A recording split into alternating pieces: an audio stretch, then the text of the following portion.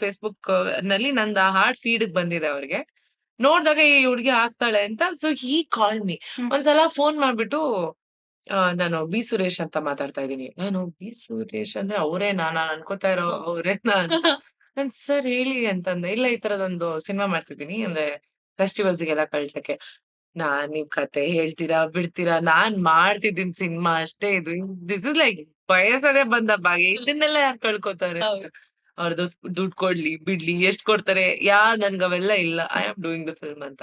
Offer ಸಿಕ್ತು ಯಾಹ್! ಮಾಡ್ಬೇಕು and ಅಷ್ಟೇ. ಆ ಸಿನಿಮಾ ನಂಗ್ ಇವತ್ತಿಗೂನು ಉಪ್ಪಿನ ಕಾಗದ ಇಸ್ ಅ ಸ್ಕೂಲ್. ಹ್ಮ್. ನನಗ್ ಲೈಕ್ ಐ ಸೆಡ್ ನಾನ್ ಥಿಯೇಟರ್ ಮಾಡಿಲ್ಲ. ಹ್ಮ್. ಬಟ್ ನಾನು ಆ ಒಂದು 15, 18 ದಿನದ ಶೂಟಿಂಗ್ ಅಲ್ಲಿ ಎಷ್ಟು ಕಲಿಯಕ್ಕಾಗುತ್ತೋ ಅಷ್ಟು ಕಲ್ತಿದ್ದೀನಿ. ಬಿಕಾಸ್ ಉಪ್ಪಿನ ಕಾಗದ ಅಂತ ಒಂದ್ ಸಿನಿಮಾ ಮಾಡ್ತಿದ್ರು. Art cinema. ಅದ್ರಲ್ಲಿ ನಾಗಾಭರಣ ಅವರ ಮಗಳ ಪಾತ್ರಕ್ಕೆ ಹುಡುಕ್ತಿದ್ರು ಅವ್ರು. ಸೊ ಅವ್ರು he is happen to scroll my